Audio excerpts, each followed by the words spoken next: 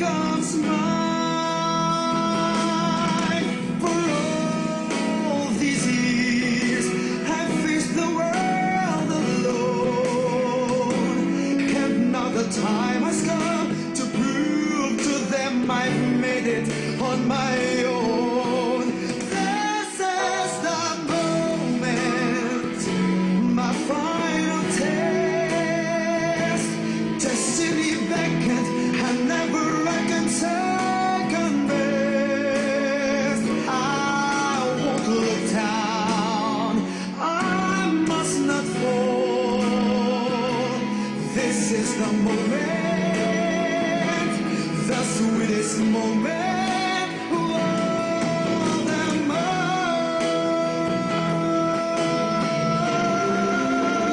This is the moment, top of the odds. This day of never, I'll sit forever with God. Ang aking buhay, maikli ang aking kung kaya kailangan ang pagsulong wagas kailanman.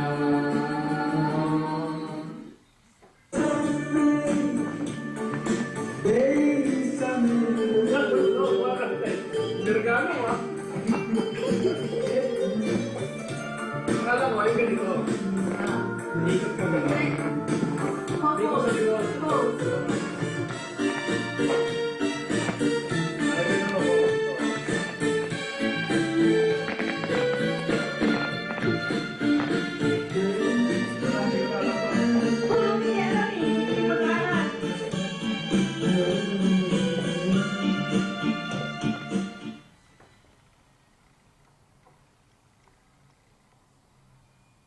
Happy birthday, Noel.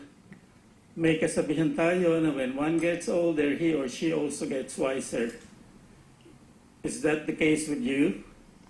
I know you are enjoying life in retirement, but hopefully not getting cranky. On a serious note, I think I can speak for the association.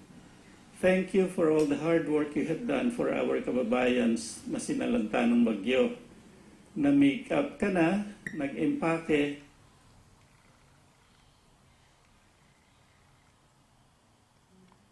Happy birthday, Noel. May kasabihan tayo na when one gets older, he or she also gets wiser. Is that the case with you? I know you are enjoying life in retirement, but hopefully not getting cranky. On a serious note, I think I can speak for the association. Thank you for all the hard work you have done for our kababayans na sinalanta ng bagyo. Na-make up ka na, nag-empake at nag-ship pa ng relief goods. Tinalo mo pa ang DHL, FedEx at USPS. I'm sure they appreciate everything you have done. But of course, we know na tinulungan ka ng mapasensya mong misis. Kaya thank you din, Norina. Gusto mo ba ng birthday joke? O sige, makinig kang mabuti at magkahalong Ingles at Tagalog ito. Dahil baka hindi mo maintindihan kung puro Ingles. Pero hindi ka nag-iisa. Sasali ko si Orlan at si Oscar, kaya tatlo kayo. Pero dahil birthday mo, syempre ikaw ang bida. Here we go. When the three of you went to heaven, sinalubong kayo ni San Pedro at the pearly gate. He greeted you and said, "Welcome. You must know that there is only one rule that must be followed. The rule is that you do not step on a duck. If and when you do, there will be consequences." First day pa lang nakatapak na si Orlan ng duck. Labas agad si San Pedro at hindi maganda ang tingin kay Orlan. Sabi ni San Pedro, "Why were you not careful to avoid stepping on the duck? Because you did, you have to suffer the consequences. You will be in company of Ay de las Alas for all eternity. Sabi ni Orlan, "For the love of God, how can I stand being with this ugly woman for all eternity? It cannot be. I should be given a second chance." On the second day, si Oscar naman ang nakatapak ng dak.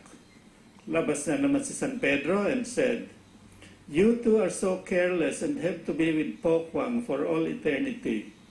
Medyo natulala si Oscar and said, "For heaven's sake, it's not fair. I don't think I can spend eternity with this very unattractive woman. I'd rather be with Whoopi Goldberg." On the third, fourth, fifth day, and so on, pinag-ingatan ni Noel na hindi makatapak ng duck. San Pedro was very pleased that he did not step on a duck. "Rejoice, rejoice. From this day forward, you will spend all of eternity with Christine Hermosa."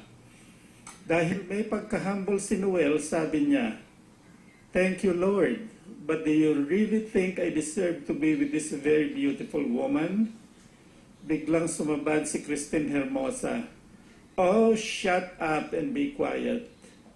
Now I can sympathize with Orlan and Oscar."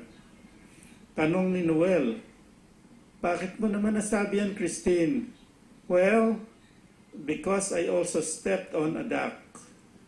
"O ano? Gusto mo yan, joke ko, no? Sige, tumawa ka muna ng tumawa." Lastly, time to hide those wrinkles. Keep a safe distance from the cake when you blow those candles away. Baka matunaw yung makeup mo. Masyadong makapal. Cheers! Happy birthday one more time. Enjoy! Well, dahil ikaw ay isang katanging-tanging kaibigan at kamag-anak, nagbihis kami para batiin ka sa iyong kaarawan. Dahil sa kabutihan mo, hindi lamang sa iyong pamilya, kundi sa iyong pamangkin, kapatid, lalong-lalo na sa iyong biyanan, at hipag at sa kanyang pamilya, ay pinagpapala ka ng magandang kabuhayan. Ipagpatuloy mo ito para makamtan mo ang kanilang pagmamahal. Maging masaya ka sa araw na ito ng iyong kaarawan. Well, maligayang bati sa iyong kaarawan at hinahangad namin na ikaw ay magkaroon ng mahaba, masagana at maligayang buhay. At nagpapasalamat kami ng lubos sa pagsundo mo sa amin. Every time na pupunta kami sa airport, hinahatid mo kami sa bar. Walang katapusan ang pasasalamat namin sa iyo. Happy birthday, Noel. Nandito ako, nakasama ako sa pagbati sa iyo. At dahil sa kaarawan mo ay nakapagsuot ako ng magandang barot saya. Sabi nga ni Nena, baka raw pagtawanan mo kami dahil nag-costume kami. Anyway, itong aming saya ni Nena, gawa pa ito ng Tiamiling. Kaya itong aming mga barot saya ay antique na. Pero kami, hindi pa kami antik. Oh, maligayang bati! Happy Happy birthday! birthday!